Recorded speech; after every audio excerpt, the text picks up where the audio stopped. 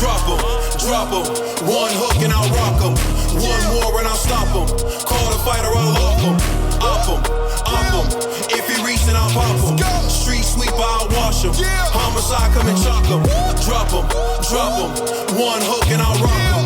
One more and I'll stop 'em. Call the fighter, I'll lock 'em. Up 'em. The next topic we're going to discuss on Boxing Bros is Conor Benn versus Chris Eubank Jr. at a catchweight for 156 pounds. So that is what's being floated around. Now, I'm not sure if you all are aware of this, but Chris Eubank Jr., his dad, Chris Eubank, beat Conor Benn's dad, Nigel Benn, in the early 90s. And then they had a rematch in the early 90s as well. I believe the first fight was in 1990 and the second fight was in 1993. The first fight, Chris Eubank Sr. won. And then the second fight was a split decision draw. And it's highly debated, obviously, because it's a split decision draw. So these are their sons now, Chris Eubank Jr. versus Conor Benn, agreeing to fight at a catchweight of 156 pounds. Now, Conor Benn is a 147-pound welterweight. Chris Eubank Jr. fought at super middleweight, 168 pounds. Then he ended up going down to middleweight, 160 pounds, which is where he's been campaigning at recently. And they agree to fight each other. Conspiracy G, what's your reaction to this? I don't like it. For one, Conor Benn, say what you like. Yeah, he's good and all, but he's still a prospect. Chris Eubank Jr. has been around for a long time. The fact that you fought at 160 and 168, but you still haven't really solidified yourself is a problem within itself. And now you want to fight a guy that's still technically green and you want to fight him at a catchweight. I don't know. That seemed like a bully to me, you know? So it's like playing your own division, you know? If I don't even see how this could benefit Conor Benn. Yeah, it'll be probably a good payday for him, but it's just too dangerous. It's not necessarily worth it. It's not like it's going to help him become a better 147er, you know? So I just don't really see how this benefits Conor. And it only benefits Chris Eubank Jr. is because of the whole legacy of his dad, which I think is corny within itself. Like, dude, do something at 160, do something at 168. You know, like, why are you playing in the smaller divisions, bro? Like, I don't know. I don't think that's cool. I don't necessarily respect it. And I understand Conor Benn's probably like, you know, yeah, I'm going to take this fight. I run from no man, this and the third, yada, yada. You know, like, this is a Pistons contest. So, you know, his ego might foolishly make him accept this fight. But I hope people around Conor Benn, I hope Eddie Hearn and Conor Benn's team be like, yo, bro, don't even do this fight. You know, like, I don't think it's worth it, you know, and he has a strong chance of losing. And it's like, why give Chris that type of notoriety and stuff? Like, this dude should be fighting Boo-Boo or somebody, you know, like, I don't see why he's trying to fight with a smaller guy, man. It's just not cool. So I don't really respect it, but shout out to Conor Benn for even wanting to entertain this. And if he takes that fight, even if he loses, he's gonna get my respect because he's at a size disadvantage, you know. So I just think Chris to actually propose this, I think is low key is bullyish. So I don't really respect that. All right, TBE. I think I don't know how to feel about this, to be honest. But I think it's legacy right here. This is legacy we're talking about. We're talking about two sons whose fathers fought, and from what it looks like, it was a draw. So let's see hash it out. Huh? The second fight was a draw. The second fight was a draw. The first fight, Chris Eubank won. Hold on. All right. So this is the fight to define, because the first fight, I got the facts right now. Yeah, hold on. Time out, Ned. The sins of the father have nothing to do with you. Nah, hey, it's beef. They beefing now. They beef. No. They spoke. They beef. They made the match. It's gonna happen, yo. It's already here. The sins of the father fell on the sons, so it's done. It's done. Right. All right, so this is the trilogy. Trilogy right here. Unless we're gonna get some more chapters later, but this is a trilogy right here to finally define who is the superior family. So I'm not mad at it. You can get it. It's on, it's popping. It's catchweight. It could be heavyweight. It could be featherweight. It's at 156. And I'm ready to see it. Yeah, you're a wild boy, Daniel, for real. Superior family, guy. Just for clarification purposes, Ned, the winner of this fight determines who has the superior family. Yeah.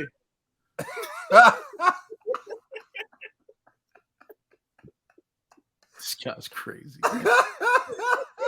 You different, man. You built different. Oh man. Here's how I'm looking at it. All right, all you angry Brits who like to get in the comment section, get ready. This is a Eddie Hearn special. This is a Eddie Hearn special. This is what Eddie Hearn does. Conor Benn, the best 147-pound prospect in the entire UK right now, has the UK buzzing, is going to take a catchweight fight to fight someone who used to fight at super middleweight, currently campaigning at middleweight, at a catchweight, which is 2 pounds above the junior middleweight limit. Now, this is what I'm getting at. We've seen this before. Remember Kell Brook?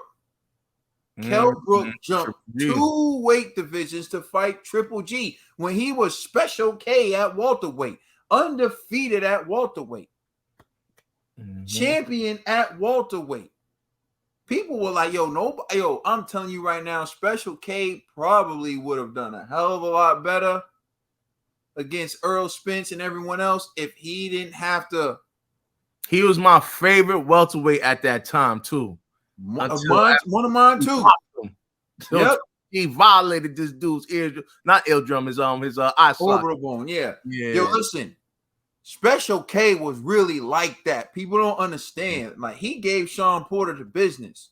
Thanks. Like, Special K was nice. And he was giving Earl Spence the business until Earl started getting him with them body shots. Because I was nervous for Earl watching that fight. Because Special K was no joke. Eddie let him go from 140. And I hear what people are going to say, if the fighter wants to do it, Eddie can't do it. You can be the voice of reason, though. You can. You can be the voice of reason. You can remind the fighter why you want to jump up 2 weight classes to fight Triple G when you're the champion at 147. There's money here at 147. There's big fights at 147. Conor Benn is better off fighting Boots Ennis than this guy. At least it's someone his size and his weight class. At least if you lose the Boots Ennis, people are going to say you lost to the best prospect. Hell, like this dude, he's better off fighting someone at 147 who can possibly beat him. But if he wins, it puts him in position to fight for a title than fighting Chris Eubank Jr. Because of the size. At the end of the day, the size matters, and that's what people are not understanding. But like I said to you, this is just par for the course. I've seen this before. This is 2 weight divisions. This is 147 jumping 154 to fight at 156, which is basically 4 pounds away from 160.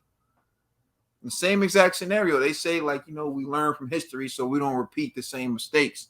Not Eddie. Because this is, to me, a mistake. And if Conor Benn's motivation is to avenge a loss that his dad suffered, his dad already did his thing. He already represented himself. Nothing you do is going to undo that. If it's bad blood. How is it bad blood? There's no bad blood. Talking about like family, that their rivalry is going to be their rivalry. It is what it is. If Conor Benn wins, it doesn't. I guess it's like Ned said, it scores 1 for the Benn family over the Eubank family.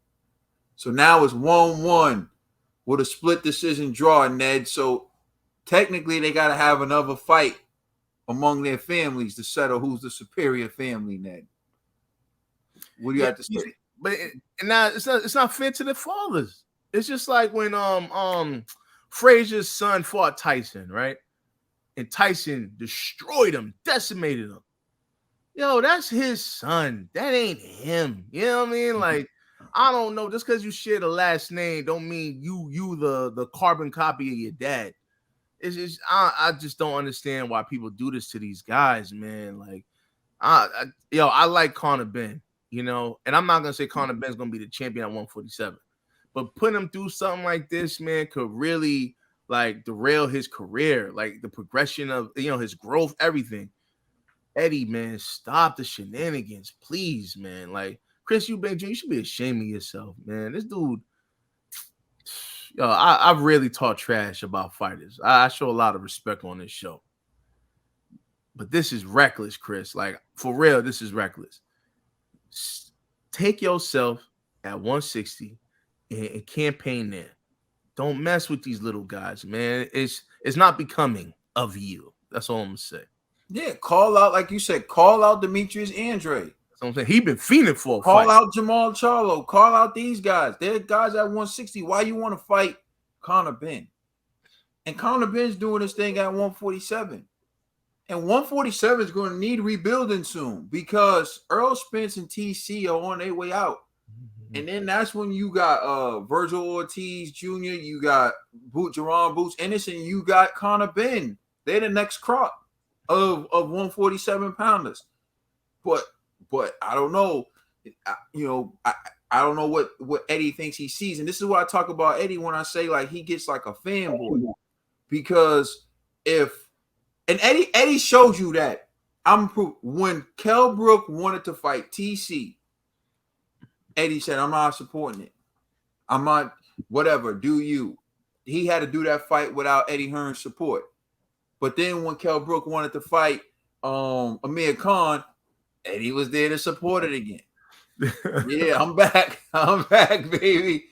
So you can show that you're not in support of that fight in many ways. And I'm just saying, man, I would hate to see another great UK welterweight ruined by moving up 2 weight classes to make a fight for what? For what? Because there was a drought in the welterweight division for the UK once Special K got beat. And now you got a guy who's pretty damn good and improving. And I say I get it because I know what it's going to be like. It's going to be like, oh, well, all you do is bash Eddie. Fighters are going to want to fight, bro. Fighters want to fight. Ball players want to ball. People want to. Someone has to tell Conor Benn a victory isn't going to do nothing for your career. Mm-hmm. But a loss can derail it. The punishment you take can derail it. What is the point? That's what I want to know. But hey, they want to take the tough fights, man. This is sometimes like you have to do what makes sense. This makes no sense.